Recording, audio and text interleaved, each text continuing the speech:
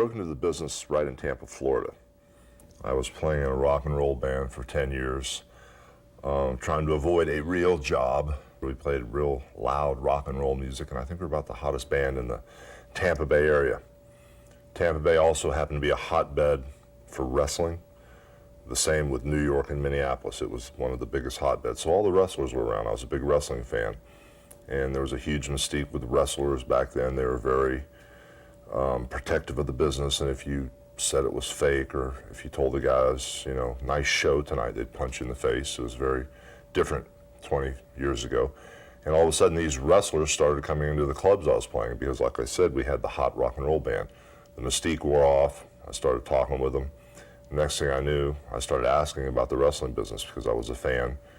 And before I knew it, I was at the Tampa Armory, they call the Sportatorium, working out, trying to break into the wrestling business my first day. And after they exercised me to death where I was ready to faint and I was seeing white and my knees were buckling, they got me in the ring, and Hiro Matsuda broke my leg.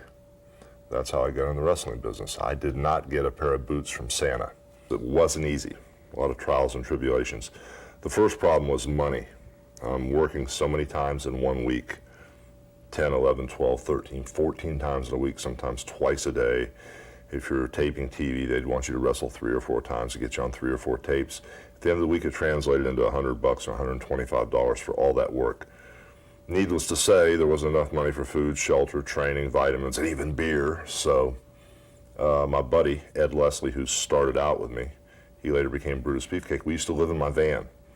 So for the first couple of years, we'd sleep in the van in the local parking lot of the deli or the bar or the apartment complex we could find, and wake up in the morning, rush to the nearest gas station, brush our teeth, and go to the restroom. And it was kind of tough at first, and it took a couple years of living in the van to get to the point where we got enough respect, we knew the trade well enough, we could make $400 or $500 a week to get into an apartment or get into a hotel. And even back then, 20 years ago, $400 or $500 sounds like a lot of money, but it's not when you're on the road traveling in hotels and gas and cars breaking down. So it was tough at first, but the strong survived, and we made it through the original tough times in the beginning. The Hulk Hogan character is impeccable, if we're talking about the character. It's much better than the man Terry Bollea, which is me. It's the best of the best of all the positive characters, and it was kind of stumbled upon. I started out wrestling around the Pensacola, Florida area, Georgia, Alabama area, and I happened to go stumble into a talk show to promote Mobile, Alabama, a local talk show, and Lou Ferrigno happened to be there. As I sat next to him on the set, everything worked out great. When I went back to the dressing room last night, all the guys in the dressing room said, "My God, you're bigger than Lou Ferrigno, the Incredible Hulk." So they started calling me Terry the Hulk Boulder. So the Hulk name kind of was sneaking into my stage name, Terry Boulder. As time went on, I was wrestling as a good guy. After I quit the wrestling business 2 or 3 different times because I wasn't making enough money, I kept going back to it, hoping I'd do better. The second or third time I quit, Vince McMahon Sr. called me. And when I went to New York to talk to him about wrestling in the big arenas and the Madison Square Garden promotion, he was real ethnic oriented. And he had Pedro Morales, Bruno Sammartino for the Italian Americans, Chief Jay Strongbow for the Indian Americans, Ivan Putski for the Polish type Americans. And he goes, "I want you to be Hogan." Okay, Hogan, why? Of course, for the Irish Americans. So it was Hulk Hogan. Handed me a couple bottles of red dye. He wanted me to dye my hair red, like a red-haired Irish guy.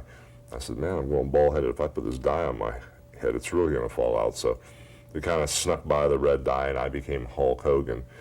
And the character as Hulk Hogan has always been a very positive character. The training, the prayers, and the vitamins, whether it was from the small promotions in the beginning with Terry the Hulk Boulder all the way to Hulk Hogan, the Madison Square Garden promotions, always been very popular. The name Hollywood Hogan came into play about 1994 when the ratings started flattening out. When Hulk Hogan would go on TV, you'd watch the quarter hours instead of the numbers jumping up when I came on this TV. They kind of flattened out, And it was because after seeing the shirt being ripped off for 15 years and the leg drop being ripped off for 15 years in America, and the temperature of the wrestling business, was kind of tired of it. Even my wife got tired of seeing the shirt ripped off. So I did the momentum shifting change, and I said the training, the prayers, and the vitamins, I did it for the money. And that Hollywood Hogan bad guy persona, holier than thou, better than you, my blood in my veins is better than yours. I body slammed Hollywood with all my B movies, the same way I body slammed the wrestling business. So the bad guy character of Hollywood Hulk Hogan came into place. That worked for a long time, and all of a sudden, after 9/11 and all the hatred, devastation, the deaths, the terrorism, people get tired of shock TV, the Jerry Springer era of, okay, we're tired of seeing all the weird stuff. People kind of wanted McDonald's, Chevrolet, and Americana stuff. So I brought the Hulk Hogan character back, and I hit another home run with it. And it'll probably live forever now because people are looking for positives in life. There's too many negative things, and this Hulk Hogan character is so true to form, so true to Americana that it'll probably live forever now.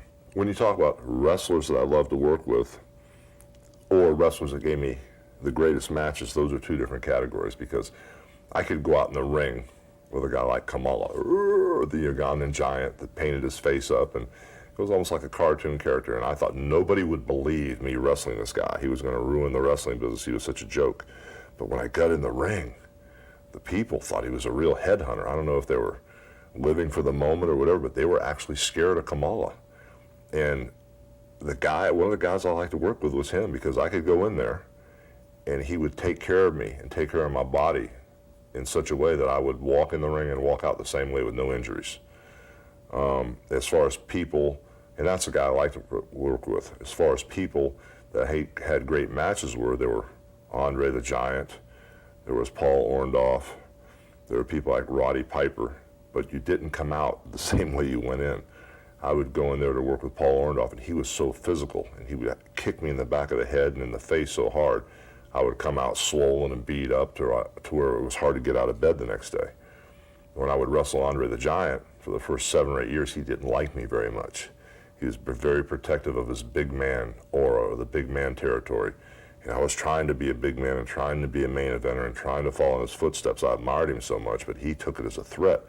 And he used to take his open hand, and his little finger was twice as big as my thumbs put together. This guy was a real giant. Sometimes he was up near 700 pounds, depending on his diet and how much he drank and ate. And I mean, when he would hit you, I mean, it was brutal. Well, the style of wrestling that I use in the ring is basically the basic philosophy of what makes this business work. It's good guy versus bad guy. Live vicariously through one as a fan and create emotion for these fans. It's the art form that is going to prevail throughout all the changes in this business. I just molded my style. The Hulk Hogan persona is the ultimate good guy. The McDonald's, Chevrolet, America, California, broadband, USA, the California tan, Venice Beach. There's a certain mystique with California, USA. It's the land of opportunity. The Golden State at the time, before it was jaded, it was a wholesome place to, be from. That projected and that transcended my whole character. Hulk Hogan from Venice Beach, California, Americana all the way. It basically carried me through my career. Well, if I was a wrestling fan and I thought about Hulk Hogan's career, there's a couple moments that come to pass that are the most memorable moments of all times. For the old fans, the baby boomers who grew up with me, they definitely remember WrestleMania 3, or even WrestleMania 1 with Mr. T, but more than that, WrestleMania 3 with 94,000 people body slamming Andre the Giant. If you missed that era, or if you weren't alive back then, the baby boomers came back this year, in 2002, and they brought their kids with them. And the kids, and even the baby boomers, might remember WrestleMania 18, where I wrestled The Rock in Toronto at the Sky Dome, because it was just such a lopsided situation. We went in there, and, everybody said, well, he's old and his knee's bad and he had his time and there were 20 years, past accolades and, what's he doing back? But nobody predicted how loyal the fans were, how retro things were, what was old is now new again, And nobody predicted that the biggest superstar in this business, The Rock, who was on TV every week, was a household name, had major motion pictures coming out, would stand in the ring with what they would call an old-timer and get booed out of the building. There were 70,000 people in the Sky Dome that wanted Hulk Hogan to win, and even though the WWE didn't have me come out on top of the match, I won my fans back. So it was a situation that was just lopsided, and you would have to remember that. It doesn't have to be this way, but if I could be remembered as the Babe Ruth of wrestling, the Muhammad Ali of wrestling, because I was the first guy that kind of like took wrestling out of the small arenas and got us into the sports entertainment era with the charisma type thing. If I could be remembered as a guy that helped change wrestling and transcend wrestling into entertainment instead of this very barbaric beer drinking, cigar smoking level, that's all I need.